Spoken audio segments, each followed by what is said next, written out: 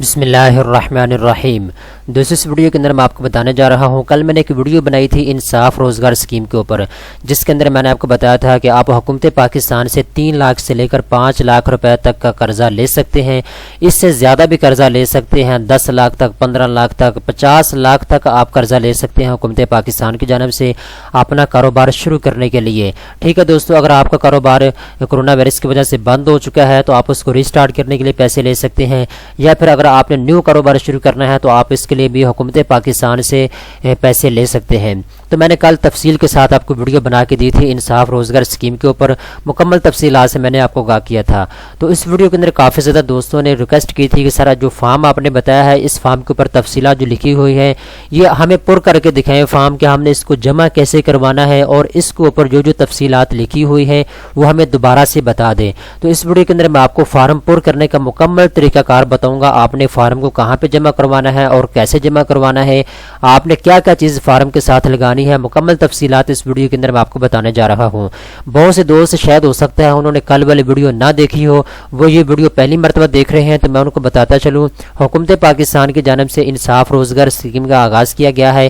اس programme کے تحت آپ حکومت پاکستان سے قرضہ لے سکتے ہیں، چاہے آپ درزی ہوں، موچی کا کاروبار کرنے والے ہوں، یا الیکٹریشین کا کام کرنے والے ہوں، یا پھر آپ ہارڈ ویئر کا کام کرنے والے ہوں، یا پھر آپ کی کوئی چھوٹی موٹی دکان ہے، کوئی بھی آپ کا کاروبار ہے تو آپ حکومت پاکستان سے پیسے لے کر اپنے کاروبار کو بڑا بھی کر سکتے ہیں، اپنے کاروبار کو ریسٹارٹ بھی کر سکتے ہیں، اپنے کاروبار کو نئے سرے سے بھی شروع کر سکتے ہیں۔ تو یہ حکومت پاکستان ایک اسکیم نکالی ہے، آپ اس سے فائدہ اٹھا سکتے ہیں۔ اگر آپ نے وہ ویڈیو نہیں دیکھی تو میں لنک ڈسکرپشن میں دے دوں گا، آپ نے اس کو دیکھ لینا ہے، جو کل میں نے ویڈیو بنائی تھی اس پروگرام کے اوپر، تو آپ نے اس ویڈیو کو مکمل طور پہ دیکھ لینا ہے۔ دوستو اس ویڈیو کے اندر میں آپ کو فارم پر کرنے کا مکمل طریقہ کار بتاؤں گا۔ فارم کے اوپر جانے کے لیے دوستو آپ نے یہاں آ جانا ہے، یہاں سب سے نیچے آپ کو لکھا ہوا نظر آ رہا ہے برائے مہربانی درخواست فارم ڈاؤن لوڈ کرنے کے لیے یہاں کلک کریں۔ تو جب میں اس کے اوپر کلک کرتا ہوں تو میرے سامنے یہ اوپن ہو جائے گا فارم، جو کہ آپ اپنے اسکرین کے اوپر دیکھ سکتے ہیں۔ تو یہاں پہ دوستو آپ کو لکھا ہوا نظر آ رہا ہے انصاف روزگار اسکیم۔ ٹھیک ہے دوستو، اب میں آپ کو مکمل تفصیلات بتاتا ہوں۔ یہاں پہ جو چیز لکھی ہوئی ہے میں آپ کو تفصیل کے ساتھ بتا دوں گا۔ بہت سے دوست جو ہے ان کو سمجھ نہیں آ رہی تھی کہ فارم کو کیسے پر کرنا ہے، تو میں آپ کو مکمل تفصیلات سے آگاہ کر دیتا ہوں۔ سب سے پہلے نمبر پہ یہاں پہ آپ نے بینک کا برانچ کوڈ لکھنا ہے، ٹھیک ہے، یعنی آپ خیبر بینک میں جائیں گے تو اس کا ایک برانچ کوڈ ہوتا ہے، وہ برانچ کوڈ آپ نے یہاں پہ لکھنا ہے۔ اگر آپ کو نہیں پتا تو آپ خیبر بینک کی جہاں پہ جا کے آپ درخواست دیں گے، وہاں جا کے آپ نے ان کو کہنا ہے مجھے اس برانچ کا کوڈ چاہیے، وہ برانچ کا کوڈ آپ کو بتا دیں گے، وہاں پہ آپ کو لکھا ہوا بھی شاید نظر آ جائے گا، وہ آپ نے یہاں پہ لکھنا ہوگا۔ اس کے بعد دوستو آپ نے یہاں پہ نیچے آنا ہے، یہاں پہ آپ نے اماؤنٹ لکھنی ہے، آپ کو 2 لاکھ روپیہ چاہیے، 4 لاکھ چاہیے، 10 لاکھ چاہیے، وہ آپ نے یہاں پہ لکھنا ہوگا۔ یہاں پہ آپ نے اپنی تصویر لکھنی ہے، یہ اوپر والی تفصیلات کو آپ نے چھوڑ دینا، یہ دفتری استعمال کے لیے ہے۔ اس کے بعد آپ نے نیچے آ جانا ہے، یہاں پہ ذاتی کویب آپ سے پوچھے جا رہے ہیں، ذاتی معلومات یہاں سے آپ کی لی جائے گی۔ سب سے پہلے آپ نام لکھیں گے، والد کا نام لکھیں گے، شناختی کارڈ نمبر یہاں پہ اپنا لکھیں گے۔ اس کے بعد شناختی کارڈ کی اجرائے تاریخ آپ لکھیں گے، کب آپ کا شناختی کارڈ بنا ہے، کون سی تاریخ کو بنا ہے۔ اس کے بعد شناختی کارڈ ایکسپائر کب ہو رہا ہے، اس کی ایکسپائری ڈیٹ کیا وہ یہاں پہ آپ لکھیں گے۔ اس کے بعد اپنی آپ تاریخ پیدائش یہاں پہ لکھیں گے، فون نمبر آپ نے یہاں لکھنا ہے، موجودہ پتہ آپ نے یہاں لکھنا ہے جو جہاں پہ بھی آپ رہتے ہیں۔ مستقل پتہ آپ کا کون سا ہے، جو آپ کا شناختی کارڈ کے اوپر پتہ لکھا ہوا آپ کا مستقل پتہ ہے۔ ٹھیک ہے دوستو، موجودہ پتہ سے مراد یہ ابھی میں اسلام آباد میں رہتا ہوں، میری رہائش فیصل آباد کی ہے، جو میرا شناختی کارڈ کے اوپر پتہ لکھا ہوا فیصل آباد کا، لیکن میں رہتا اسلام آباد میں ہوں، تو موجودہ پتہ اسلام آباد ہو گیا اور مستقل پتہ فیصل آباد ہو گیا۔ اس کے بعد دوستو آپ نے نیچے آنا ہے، یہاں پہ آپ کو لکھا ہوا نظر آ رہا ہے موجودہ پتہ پر رہائش کا دورانیہ کتنا ہے آپ کا، وہ آپ نے یہاں پہ لکھنا ہوگا، سال ہے 2 سال ہے۔ ای میل اگر آپ کی ہے تو آپ یہاں پہ لکھ سکتے ہیں، ورنہ یہ آپشنل ہے، آپ اس کو چھوڑ بھی سکتے ہیں۔ ازدواجی حیثیت آپ کی کیا ہے، شادی شدہ ہے یا غیر شادی شدہ ہے، آپ نے یہاں پہ ٹک مارک کرنا ہوگا۔ اس کے بعد زیر کفالت افراد کی تعداد کتنی ہے، اگر آپ شادی شدہ ہیں تو آپ کے بچے کتنے ہیں، آپ نے یہاں پہ ان کی تعداد لکھنی ہوگی۔ اس کے بعد دوستو آپ نے نیچے آ جانا ہے، یہاں پہ موجودہ پیشہ آپ کا کیا ہے وہ یہاں آپ نے لکھنا ہوگا۔ آپ موچی کا کاروبار کرتے ہیں، آپ ہارڈ ویئر کا کام کرتے ہیں، آپ کے موبائل کی دکان ہے، کس چیز کا کاروبار کرتے ہیں آپ نے یہاں پہ لکھنا ہوگا۔ مدت کتنی ہوگی آپ کو کاروبار کرتے ہوئے، 2 سال 4 سال آپ نے یہاں پہ لکھنی ہوگی۔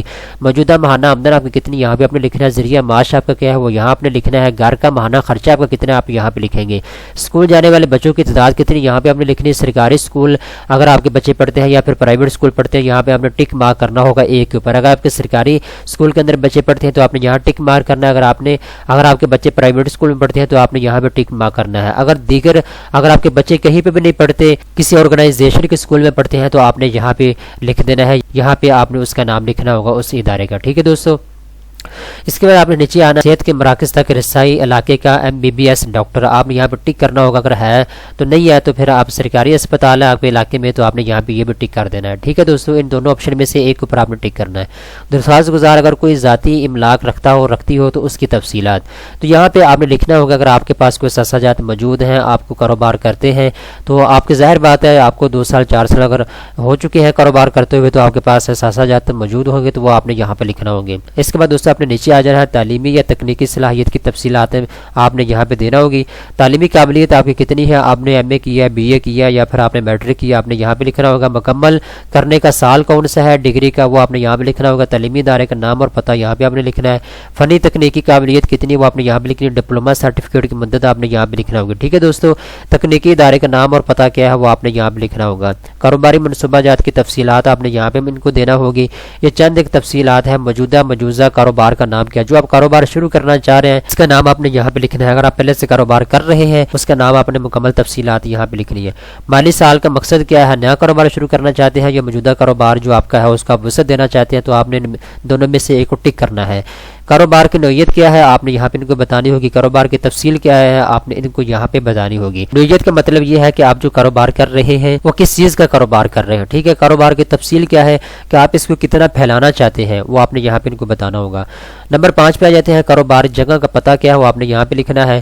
موجودہ کاروبار سے منسلک افراد کی تعداد کتنی ہے وہ آپ نے یہاں پہ لکھنا ہوگا۔ 4 5 ہے جتنے بھی افراد ہیں وہ آپ نے یہاں پہ لکھنا ہوگا۔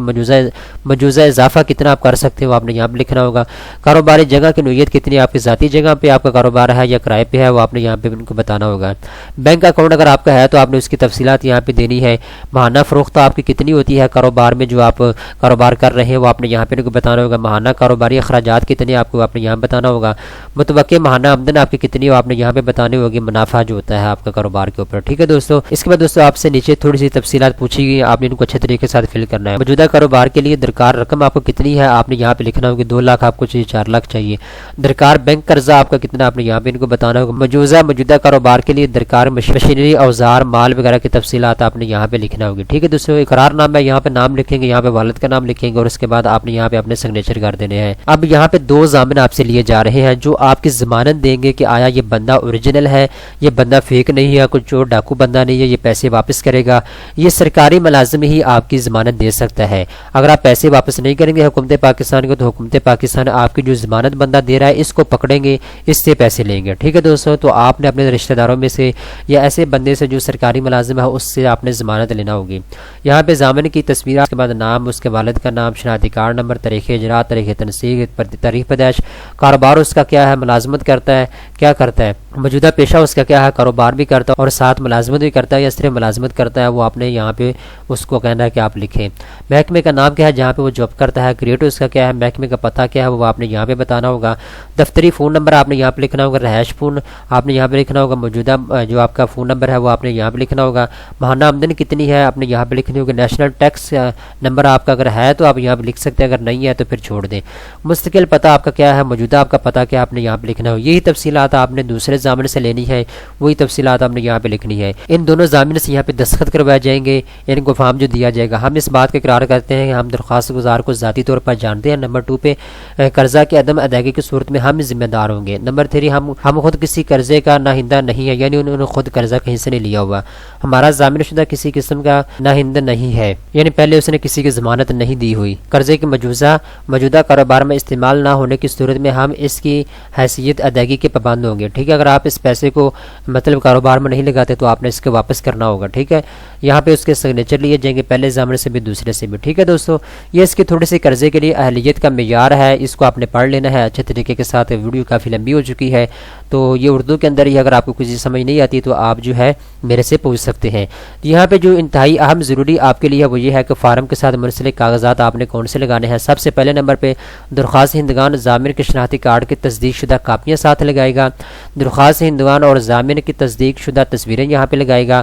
اس فارم کے ساتھ خصوصی افراد کا سرٹیفکیٹ اگر ہو تو وہ آپ لگا سکتے ہیں، ٹھیک ہے۔ اس کے بعد ضامن کی آمدنی کی تصویر شدہ کاپیاں آپ نے لگانی ہوگی، ساتھ تکنیکی ہنر کا سرٹیفکیٹ، ڈپلوما اگر آپ کے پاس ہے تو آپ نے ساتھ لگانا ہوگا۔ سرکاری ضامن کا فارم کے ساتھ منسلک تصدیقی کی سرٹیفکیٹ آپ نے ساتھ لگانا ہوگا. ٹھیک ہے دوستو, یہ آپ نے چیز نوٹ رکھنی ہے. یہاں پہ آپ کو بتایا گیا ہے نامکمل اگر آپ کی درخواست ہے تو اس پر کسی قسم کا کوئی غور نہیں کیا جائے گا, آپ کو قرضہ نہیں دیا جائے گا.